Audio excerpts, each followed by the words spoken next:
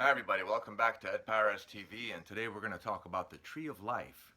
Now, I first heard of the Tree of Life through one of my Sibaks. Sibak in Cantonese means senior uncle in the martial lineage that I'm from. And he told me, Ed, go pick up something on the Tree of Life and read up on it. And I did. And it blew my mind because I started to reflect on a lot of my experiences and I started to understand a lot of things about not only myself, but about everybody else out there. So, anyhow, the first lesson of the Tree of Life teaches us that we are all interdependent and interconnected and interrelated with not only every life form, but with every natural element. So, once we understand this, we start to respect everybody and every creature and every life form, plants even. So, once you understand this and you start to see what it leads to and what the implications are, it piques your curiosity to delve further. So, and as you progress further down the Tree of Life system, there's one lesson that comes up, and it's the lesson of Herakuti. Now, Herakuti is the predecessor of Heracles and Hercules of the Greco Roman culture. Herakuti is depicted with a hawk's head. The Greeks called him Horus, but his name is actually Herakuti in the ancient Egyptian culture.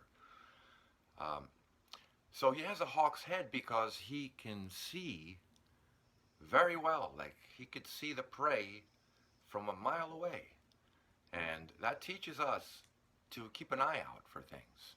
And once you understand that you're all interrelated and interconnected and interdependent with every life form and every natural element, as the system says, then we start to feel like we're a little more responsible for everything else out there, especially if you've trained. One of the things that the system encourages you to do is to train, to become physically able to express yourself so that you're not just limited to self expression orally and artistically, but also physically. For instance, if there's a moment where an innocent creature is being transgressed on by something or someone that is disrupting the harmony of the environment and is upsetting the universal order as it is described in the Tree of Life, then if you've trained, then it is your duty to do something about it. And that is where assuming the role of Heru, which leads to Herakuti, which is where the word hero comes from, comes into play. Now, I've noticed with animals, they're naturally tuned into the Tree of Life system without even trying. They don't probably think about it on the same levels that we do, but maybe they do, and we're just being presumptuous. Anyhow, the Tree of Life system is something that really woke me up to a lot of the things that have happened in my past. All of the feats of strength that I'm remembering that are related to this subject are the stories worth telling. All the other times I was simply just bound to the limitations of my body. But there are times when you act selflessly, where you're granted a Herculean type of strength that is beyond measure. And there's a lot of people out there with stories like this. It's when you act selflessly is when you start to tap into that strength, that Herculean strength. And where does it come from? Well, like it says in the system, we're all interrelated, interconnected, and interdependent with one another. So, if we're all dependent and connected to one another and also to the rest of the universe, then the energy of the universe is also accessible to us. If you practice yoga, you're probably familiar with the chakra points. Well, via the chakras is where this energy, the universal energy, that the Egyptians called Ka, which inspired later the Hebrews to write the Kabbalah. Kabbalah actually means Ka is the energy, the life force. Ba is the cultivation of it in the Egyptian language. And La is the talk, the speaking of it, the teaching of it. So Kabbalah, as the Semites called it, was inspired from the Egyptian concepts of the Tree of Life. So the Egyptians call it Ka, but the Chinese call it Qi, the Japanese call it Ki. and it is the life force. Now, people think George Lucas is just a creative fellow when he wrote about Star Wars and the Force and all of that, but the Force is actually no joke. That is actually an energy that is accessible to humans. And it may come across as childish in some movie, but the reality of it is that you can tap into energy that is far beyond any of your material uh, conception of the world.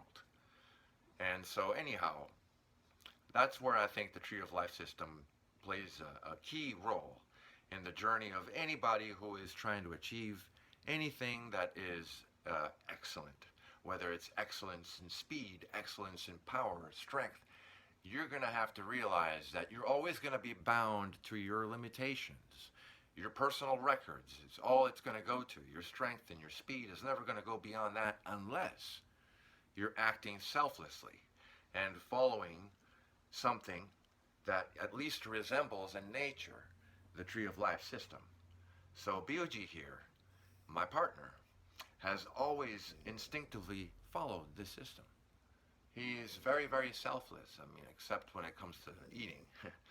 But he's all about love, you know, and love is the source of all of strength. So, you know, if you're not tapping into that empathy and love, then you're always just going to be bound by your own personal records in the gym. If you want to truly be as close to a superhuman as you can possibly be, then you have to stand up for something bigger than yourself. You have to be selfless. And that's where the Tree of Life system really comes in handy. Another thing that I've always found to be interesting about that is that it keeps you always in a position where you're checking yourself. Check yourself. Check your own ego. Check your attitude. Check your level of compassion and patience. And then, the more you do that, the more you check yourself, the stronger you're going to be. And I'm so into this, so intrigued and fascinated by this whole idea that I've gone through every measure that I can to try and enhance it. For instance, my next door neighbor was very kind and gave me a bottle of some kombucha that he made from ginger. And I'm going to use it to break my fast. And why is it so important for me to consume cultures like kombucha or kefir or sauerkraut? Is because the reality of it is that our will to fight is much, much enhanced by the bacteria that we put in our body. The bacteria that we put in our body is really going to be the key to unlocking some of that Herculean strength, at least in this vibrational plane of existence, bound by the physical limitations that we're bound by, in terms of what we can do to enhance our bodies to be able to do some of these things. It's not just about the protein, the carbohydrates, and the fats. It's about the bacteria that we put in our body. And there's been tests done with mice, where the mice that drank beneficial bacteria, probiotics, prebiotics, had a will to live much greater than those who didn't. They had them swimming in a bucket. And the ones who ate and consumed the beneficial bacteria are the ones that swam the longest by far. I mean, it wasn't even close. So what this tells us is that your will to live and your will to fight for what's right, the love and compassion, empathy that you have for others that makes you feel compelled to intervene in a situation. And that's ultimately what all of this training is for, at least for me, is greatly enhanced by the kind of bacteria we put in our bodies. So cheers, everybody.